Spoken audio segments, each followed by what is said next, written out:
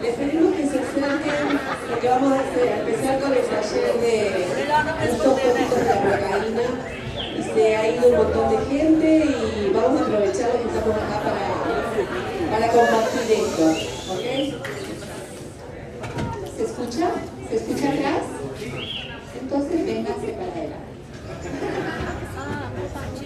Bueno, compañeras, compañeros, continuamos. Por favor, nos acercamos, nos hagamos para retomar el taller que continuamos. Bueno, aquí con la alegría y la alegremia de presentar a dos hermanas de la vida.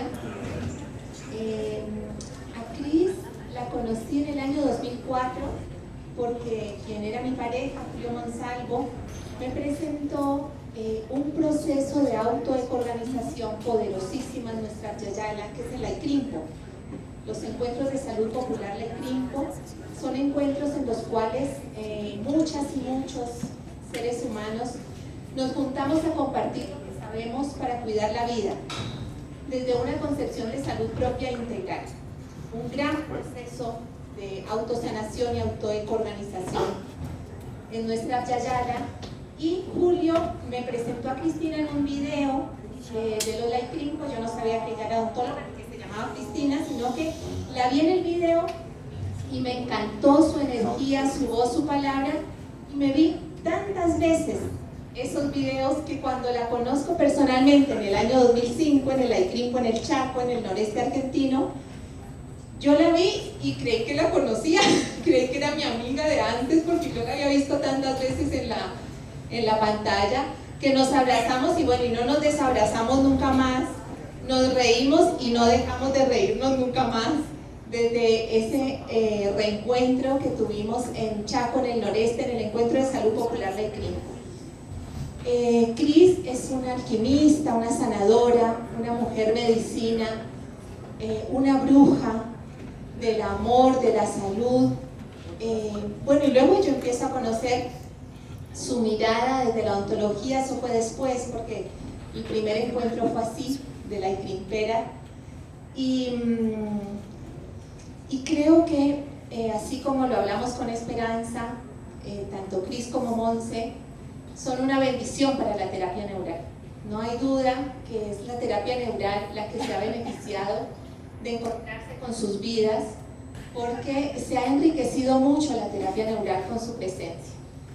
Cris ha tenido la valentía, la osadía, la terquedad, la grandeza, la fortaleza, de la tenacidad de poder hablar de nuestras hermanas las plantas y la terapia neural, y sabemos quienes formamos parte de la historia de la terapia neural que eso se requiere muchos ovarios para poder hacer esa integración. Así que bueno, esa es Cris, mi hermana. Monse, también bendecida terapia neural, con el encuentro con ella, con su grandeza, con su dulzura, con su presencia, con su fuerza, con su sostenibilidad, con su voz y con su silencio. Nos conocemos en Popayán, cuando empieza la formación con Payán, y bueno, y ahí ya seguimos hermanadas en Barcelona y en los otros lugares, y realmente esa es la mejor presentación. Es un privilegio para la terapia neural encontrarse con estas mujerazas que la enriquecen, la engrandecen, la ennoblecen y permiten que la terapia neural realmente honre la vida, que es el sentido por el cual estamos todas y todos aquí.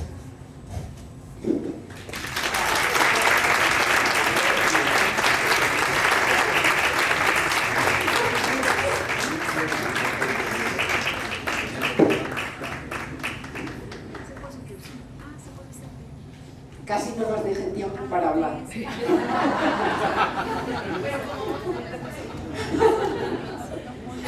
Después de esta presentación hay que hacerle honor, pero bueno, haremos lo que podamos.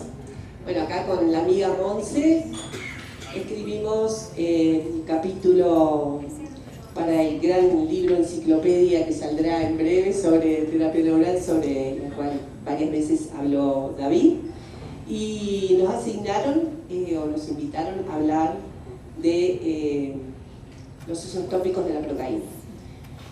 Monse es una súper experta en el uso tópico de la procaína, al igual que Esperanza, y resulta que David pensaba que yo era una experta en eso y yo no uso, yo inyecto la procaína, yo tópico uso otras cosas, uso hierbas, como dijo recién Sandra. Pero fue para mí una aventura y un desafío, porque digo, bueno, vamos a investigar cómo que lo usa la gente y aprovechar esto para aprender y para poder compartir cuál es la experiencia que hay y qué es lo que hay escrito, qué es lo que hay. Entonces ahí iniciamos un proceso no solo vivencial de cómo Monse lo utiliza y cómo yo lo empecé a utilizar a partir de esta invitación, sino que iniciamos un proceso de investigación. Un proceso de investigación de los cuales muchos de ustedes participaron llenando una encuesta que les mandamos y que solidariamente llenaron y que nos dio el material para poder más o menos sacar, corroborar cuáles son los usos tópicos de la procaína. Resulta que casi todo el mundo utiliza la procaína en forma tópica, pero no hay nada, hay solo un libro escrito en alemán, ¿no? Con algunos usos, pero no es algo que esté como, así como las técnicas del fenopalatino, como las técnicas del supremo, bueno, o cualquier otra técnica, las fascias, etcétera, los puntos gatillos. El uso tópico de la procaína es como la parte casera, como la parte que cada uno la resuelve como puede, porque le parece que puede ayudar, porque le parece que puede.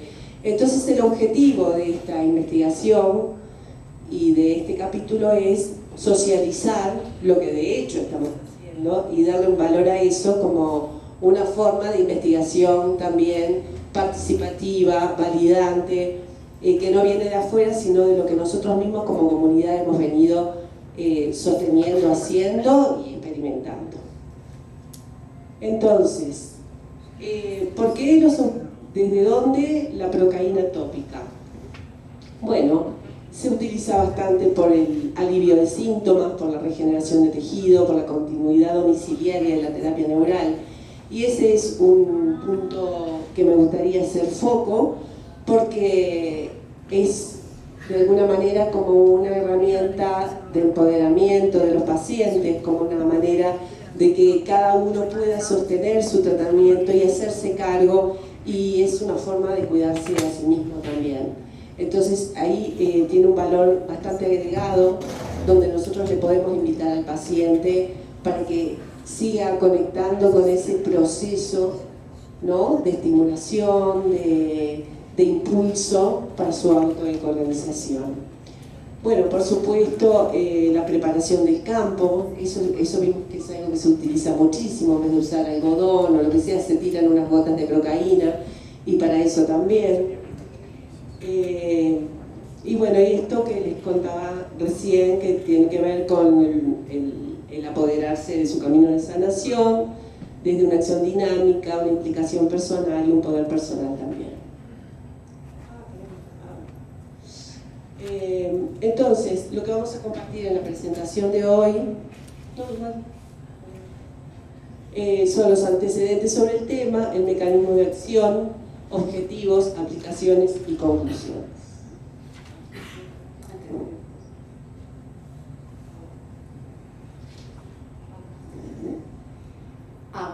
Hay un estudio muy interesante de una médica, Elena Díaz de Ecuador, donde ella utiliza la procaína para lesiones extensas en todo el cuerpo. Es un estudio muy interesante, lo podéis buscar en internet, y ella ve resultados grandes, lesiones grandes. Por ejemplo, a mi papá fue un gran quemado y utilizamos la procaína durante todo su proceso de sanación y no le tuvieron que hacer injertos, ¿no? Entonces María Elena plantea eso, da la fórmula, da las cantidades en las que se deben de hacer. El libro a que se refería Cristina es el libro en alemán de Stefan Weichert, ¿no? Donde nos habla de la terapia neural y de los usos de la procaína a nivel tópico y a nivel digestivo.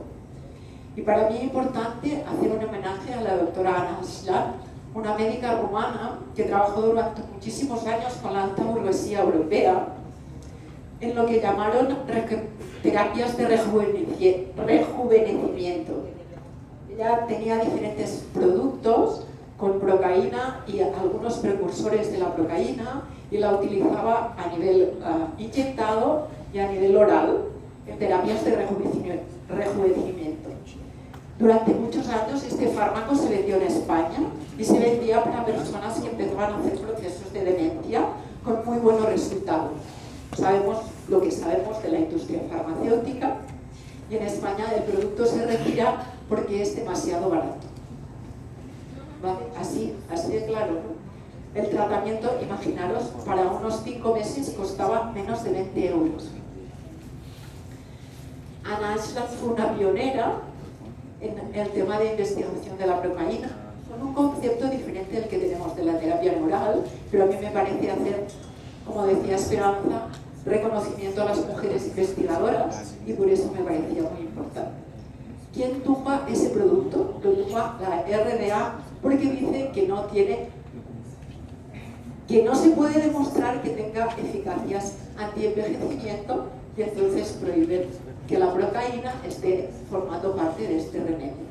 En Honduras se sigue pudiendo encontrar el Gerovital, que es el nombre que tenía ese producto, pero tiene todos los precursores, pero no tiene la procaína. Entonces me parecía importante hacer ese inciso. Y después está Peter Dosch, que también en algún momento menciona los usos tópicos de la procaína, y después hay estudios y ensayos, como nos ha presentado nuestra compañera, que hablan también de esos procesos. Bueno, para contarles un poquito de la encuesta que hicimos, para los que no participaron, así se escucha bien, ¿no? Bueno, las preguntas eran básicamente si los terapeutas usaban la procaína en forma tópica, cuál era el objetivo, cuál era la especialidad médica, si la había, en qué áreas del cuerpo, en qué tipo de procesos, en qué dilución, en qué presentación, con qué frecuencia se aplica, durante cuánto tiempo se aplica, si había alguna experiencia con efectos adversos y alguna otra observación. Tuvimos, no fue una encuesta de gran población, más o menos participaron 100 personas, y de esa cantidad de personas había como un 70% de personas que utilizaban la procaína en forma tópica, y la utilizaban en una forma bastante experimental, porque no era que se había leído o aprendida de otro, ¿no? Como una antigua forma de aprender, aprendiendo de otros y experimentando sobre la misma experiencia.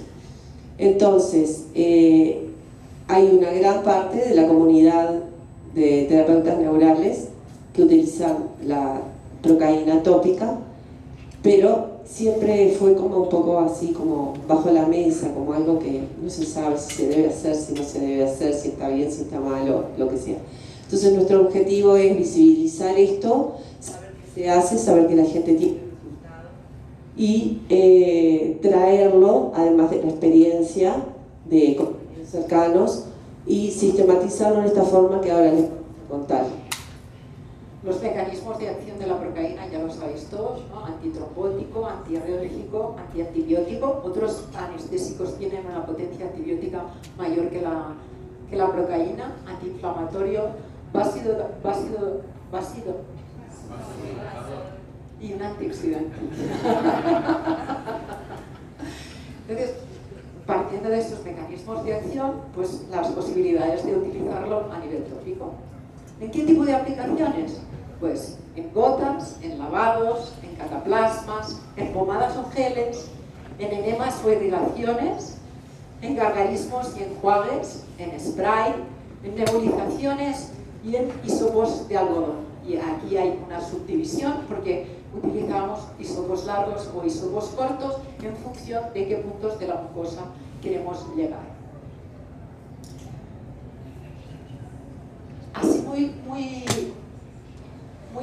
cortito, porque en realidad lo que queremos hacer es un taller. Entonces, pensad en posibles aplicaciones. Importante, ese comentario sí lo quiero hacer. Si lo hacéis en aplicaciones para ojos, utilizarla al 0,5%, porque en cantidades más altas, instituciones más altas quizás, ¿no? Pero las ventajas de la procaína para cosas son muy importantes. Y la otra comentario importante es que para cuestiones ópticas va muy bien, pero tenemos que tener la certeza de que hay una integridad a nivel timpánico, porque si hay una perforación del tímpano podemos causar una lesión mayor.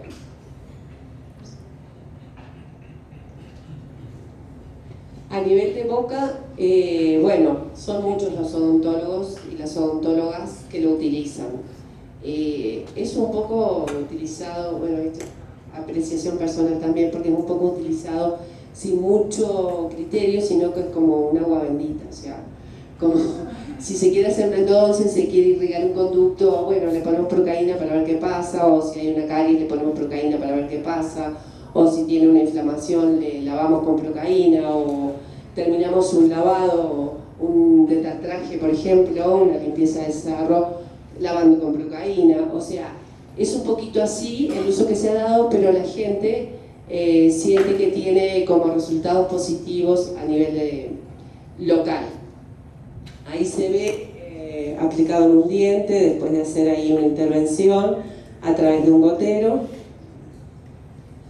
Se utiliza para la gingivitis y también en formas de compresas, y esto es un uso súper lindo porque la gingivitis son la inflamación de las encías, obviamente, y cuando lo tratamos con terapia neural, cuando la persona puede darse continuidad en su casa haciéndose compresas con procaína, es por un lado un alivio, por otro lado hay un efecto desinflamatorio local, y por otro lado, y esto lo voy a decir ahora, para no olvidármelo porque es como lo más importante de la charla, en realidad, es que nosotras todo esto que venimos mirando de los usos tópicos de la procaína no es con finalidades tópicas ni locales, sino que pensamos que es una forma de transmitir la información en un lugar donde la historia de vida nos está diciendo que hay un proceso emergente, y por lo tanto desde ahí impulsar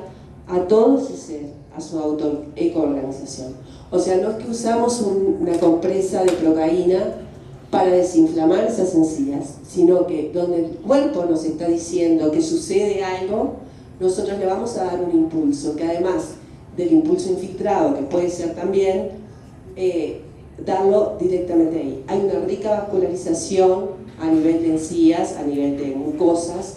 Bueno, sabemos que la información de la procaína de dermis, a nivel de vasos, a nivel de mucosas, es muy importante. Entonces, bueno, dejar presentado esto, que nosotros no proponemos la procaína, el uso tópico de la procaína con una acción local, sino que es el lugar donde se manifiesta ese organismo y desde allí comunicarnos a través de esta otra forma que puede ser indicada en muchos de los. Bueno, esto, ¿no? Que se usa mucho también cuando las higienes, pasamos, ¿sí? Con tolunas embebidas también, por ejemplo, en procesos cariosos, tolunas embebidas donde la gente se lo puede ir colocando. Yo tengo, bueno, después de esto empecé a usar más la procaína de forma tópica, y por ejemplo, una de las cosas que vi muchísimos resultados sorprendentes es la aplicación de compresas y algodones, tolundas, en dientes, en piezas o en sectores donde hay hipersensibilidad dentinaria, ¿no? Esa hipersensibilidad que la gente llega, me duele, tengo Bueno, eso es, ahí ha habido como una gran respuesta, por lo menos a nivel local, que seguramente también debe tener que ver con otras cosas que están pasando a nivel del sistema. Bueno, en lavados y en compresas, ahí nos quedó cataplasma porque fue un error de dos brujas que trabajan con muchas hierbas. Las cataplasmas son con las hierbas directamente, pero son compresas con las que aplicamos la proteína. En las cicatrices podéis utilizar para que las mujeres o los hombres en casa se pongan también pues los algodones empapados con procaína y ahí puestos locales, se los dejan unos 10 minutos 2 o 3 veces al día con cicatrices por dehiscencias. Yo he tenido experiencias con mujeres con cicatrices de dehiscencias en las cicatrices de las episiotomías, donde bañándolas cada día hay un cambio muy importante. O cicatrices que no cierran o que han de cerrar por segunda intención, pues lavarlas cada día y ponerles después un algodoncito, una compresa encima, sirve de mucho. En quemaduras, ¿no?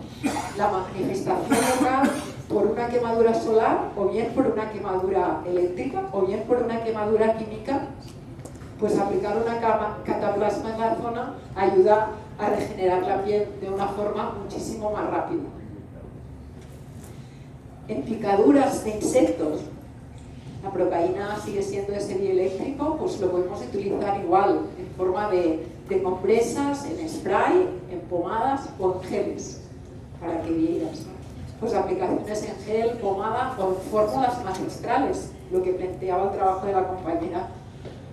Una fórmula magistral, ahí podéis tener clara qué dilución, en qué cantidad, y las personas se los pueden aplicar.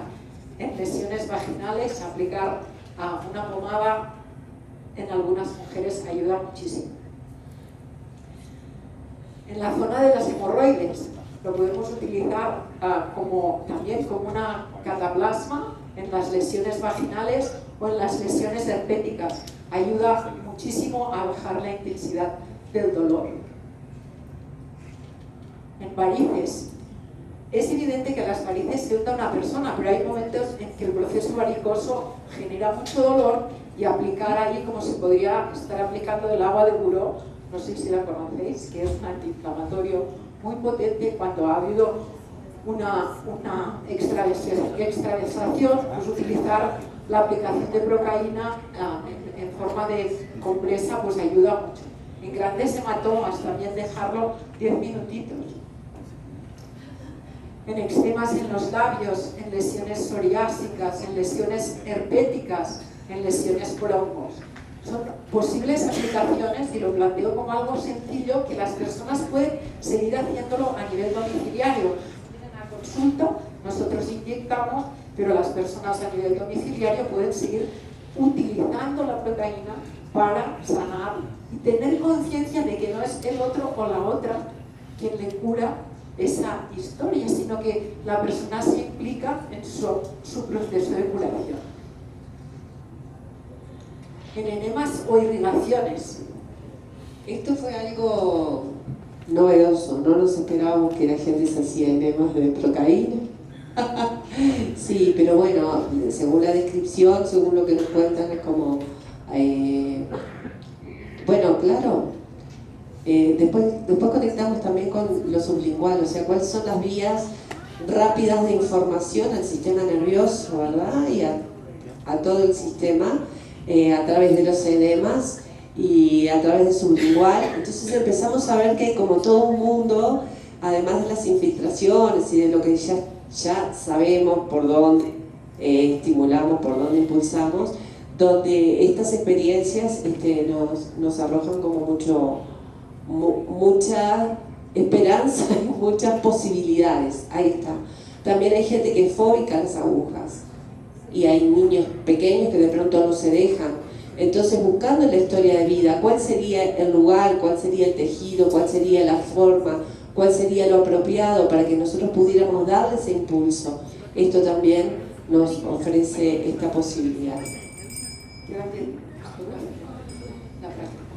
10 minutos nomás. Ah, bueno. A ver, pasar rapidito. Pasar rapidito. Nosotros teníamos una hora, no eran 40 minutos. Porque era un taller. Ah, tenemos 20. Bien. Hay que pelear, vamos. Bueno. Bueno, es un taller, si no nos quedamos sin demostración. Bueno, enjuagues, gargarismos. También, imagínense con toda la vascularización y con toda la inervación que tenemos a través de las mucosas bucales, cuando hacemos un gargarismo o un enjuague bucal, estamos mandando una información directa. Bueno, el spray, pulverizadores, o sea, son un montón de formas de uso, todas las que a ustedes se les pueda ocurrir. Y acá los invitamos también a la creatividad de cada uno en el lugar y en lo que se utilice. Pero bueno, cuando uno lo ve ahí dice, ah, claro, sí, puede ser. Y bueno, nebulizaciones también, procaína el 1%, en esto vos tenés mucha experiencia, Monse. Empezamos hace unos años con David, con niños chiquititos, a utilizar la procaína cuando presentaban crisis asmáticas, en lugar de utilizar corticoides, por ejemplo, viendo cambios muy importantes con una respuesta muy buena. Es decir, niños que a lo mejor de repente les pinchamos un segmento del pulmón, pero que en unas horas volvían a empeorar, entonces volver a explicarle lo mismo, ¿no? El proceso en casa, y en lugar de dar corticoides, pues utilizar las nebulizaciones de procaína al 1%. Tengo experiencia también en personas con cirugía cardíaca y con cirugía pulmonar por cáncer de pulmón, que cuando se resfrían o cuando hay un tiempo más húmedo empiezan a ahogarse, y entonces para poder descansar por la noche utilizan las nebulizaciones de procaína y pueden dejar de utilizar corticoides y pasan a descansar bien sin todos los efectos secundarios que pueden tener los corticoides. Entonces, son técnicas muy fáciles de hacer, con unos usos que habitualmente no nos planteamos, muy fáciles de acceder a toda la comunidad. Los aparatitos de estos antes eran extremadamente caros, ahora están bien de precio y en según qué lugares puede haber uno en un lugar público y las personas solo tienen que tener, cuando lo pasan mal, su mascarilla en casa y se puede ser intercambiable el aparato, porque hay gente que a lo mejor lo utilizará una vez al año y se puede hacer una cosa más social. Entonces, pensad que os podéis inventar lo que queréis. Esta es la ventaja de la terapia neural. Podemos ser creativos. En ese aspecto, David y yo compartimos algo que si hubiésemos tenido que hacer 30 años lo que estamos haciendo, seguramente que nos habríamos cambiado de profesión. ¿No? Hay que inventarse, hay que recrear, hay que proponerse, hay que jugar. Porque en realidad la vida es un juego en el que tenemos que divertirnos. Y en relación con los demás también hay que jugar a ese juego. Entonces nosotros queríamos un voluntario o una voluntaria. Se pueden hacer más cosas, ¿no? Las turundas, todo. Queríamos hacer un voluntario o una voluntaria. Sí, porque lo que están son las turundas, los hisopos de algodón. Ahora, pero vamos por lo menos a terminar para que tengan una idea, porque yo creo que esto, además de mostrarles cómo lo estamos utilizando en la comunidad de neuralterapeutas, también es una inspiración, por lo menos para mí lo fue, de darme cuenta de todas las formas que nos podía utilizar, ¿no? Los hisopos, que era la última cosa que nos quedaba, y las contradicciones, que os podéis hacer la foto y os las leéis. Hay que tener cuidado, pues lo que os he dicho antes, en la perforación del tímpano, en ser prudente en cómo se guarda la temperatura, en si se ha de poner en ojos y en mucosas, hay que tener presente que tiene que estar a temperatura ambiente, porque la procaína con el frío cristaliza, entonces pues, si lo vas a poner en una herida puede hacerte daño. Entonces esa sí es muy importante, que la procaína cuando la vayamos a aplicar esté a temperatura ambiente. Que la procaína se degrada con la luz solar. Entonces, todas esas cosas hay que tenerlas presentes. Sí, son más o menos las mismas precauciones que cuando la vamos a infiltrar, pero además también tener en cuenta la exposición y la perfusión en los tejidos y en qué tejidos estamos trabajando. Obviamente en el globo ocular una gota puesta ahí es mucho más, es un tejido mucho más vulnerable y más fácil de irritarse que si lo ponemos en una picadura en una piel, ¿no?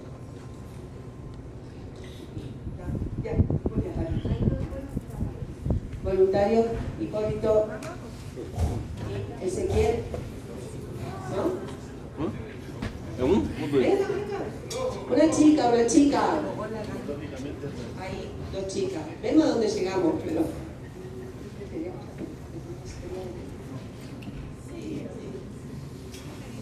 Bueno. La historia de vida de 4. Vamos a tener una sillita y nos sentamos acá adelante, porque si no, ¿cuál es la gracia? ¿No? Como asiento.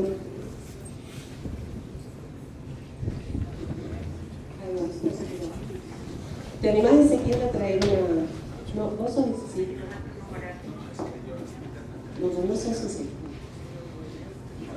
¿Tu nombre? Adriana. ¿Hipólito? María Alejandra. Gracias. Bueno, entonces te pregunto, María Alejandra, ¿cuál es tu interés? O sea, ¿qué es lo que te gustaría experimentar? ¿Por qué te ofreciste?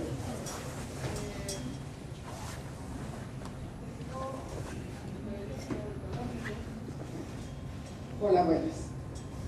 Recientemente tuve un implante a nivel dentario de una exodoncia que me hice hace 2 años, de un premolar. Justamente el molar que está detrás, yo lo empecé a sentir que está muy sensible a cambios de temperatura, frío y calor. Yo bruxo muy fuerte.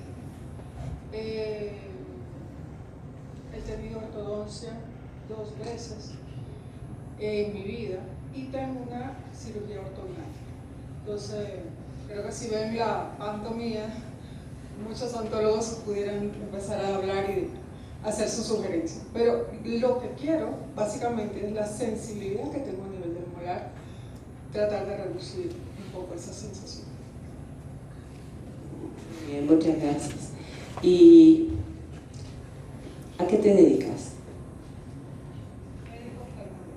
Médico oftalmólogo. Bien. ¿Y por qué tuviste las 2 cirugías ortognáticas? La cirugía ortognática fue cuando tuve 30 años. En ese momento, la persona que me asesoró, un maxilofacial, tenía una mordida abierta, clase, no me acuerdo. Lo importante es que desde el punto de vista funcional era respiradora bucal, roncaba, los dientes inferiores estaban ligeramente hacia afuera. Entonces lo que se planteó fue hacer la corrección quirúrgica. Claro, yo ni cerca estaba de lo que eso involucraba en mi vida. Y para hacer un poquito más corto el cuento, 10 años después desarrollé una enfermedad autoinmune, paciente con artritis, y después me dijeron que era lupus. Actualmente realmente estoy bastante asintomática de todo lo demás. No tengo tratamientos autoinmunes, me manejo con tratamientos holísticos, acupuntura, terapia neural, homeopatía. Y bueno, parte de eso fue lo que me motivó también a entrar en esto. Muchas gracias. Muchas gracias, sí. Igual te quiero hacer una pregunta, y es ¿cómo te vinculas vos con aquel evento de la cirugía ortognática, ¿no? Hoy, ¿cómo lo sentís?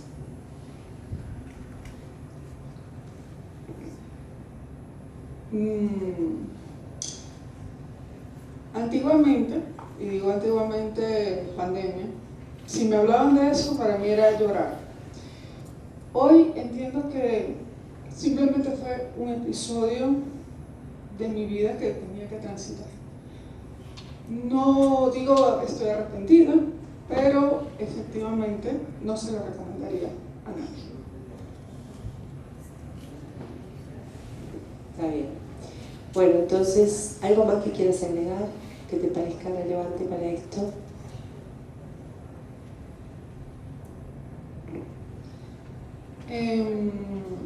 Sumado a eso, actualmente estoy presentando, curiosamente, taquicardia, pero asociada, no es la altura, no es la altura. Taquicardias asociadas a deglución, cuando como. Lo empecé a experimentar hace ya 3-4 meses. De hecho fui a cardiología y todo, porque al ser paciente autoinmune, todo el mundo, no, hay que hacerte el ecocardiograma, hay que hacerte todo sale normal. Pero efectivamente la frecuencia cardíaca se dispara en el momento en que empiezo a comer. Es algo curioso, no es algo que me cause malestar, pero sí lo noto rápido. Bueno, interesante, ¿no? Interesante. Y gracias por tu generosidad, acá un tremendo público, contar estas cosas. Pero, ¿ustedes qué piensan?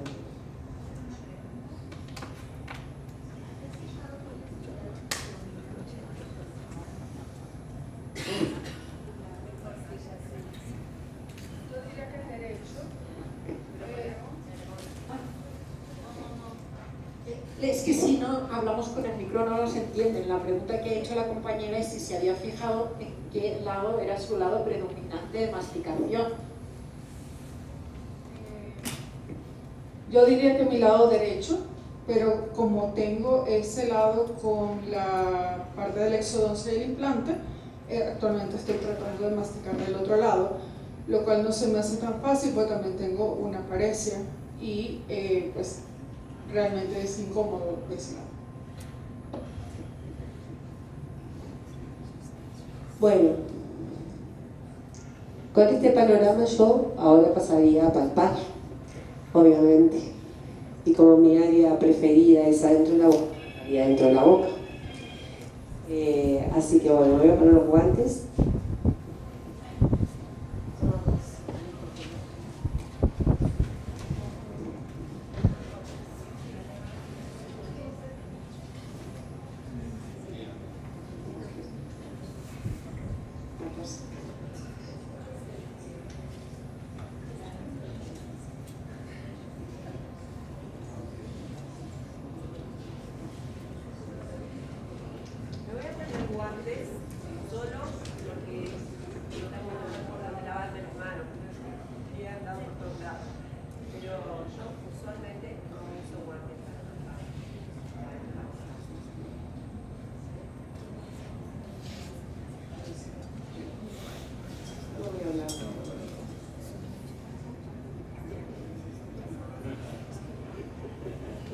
Tú me indicas si algo te molesta o te duele. ¿Con la luz o sin la luz? Ahora que sin la luz. Sin la luz porque se pueden apagarse.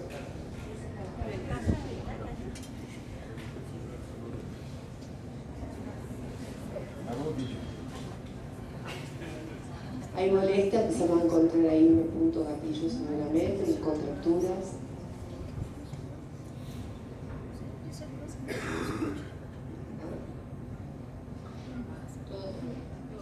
Todo esto le molesta, todo esto le duele. Estoy haciendo la exploración exterior del momento. Acá. O sea, tenés un dolor generalizado en toda la cara. A la palpación. Y aquí debajo también lo siento a veces molesto. Tiene súper tenso. Sumamente tenso tiene acá los músculos maxilares.